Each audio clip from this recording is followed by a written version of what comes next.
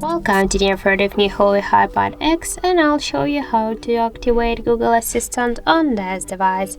So let's first launch the Google application, and after that tap here on the More section, then click to the settings, and now just tap to the Google Assistant.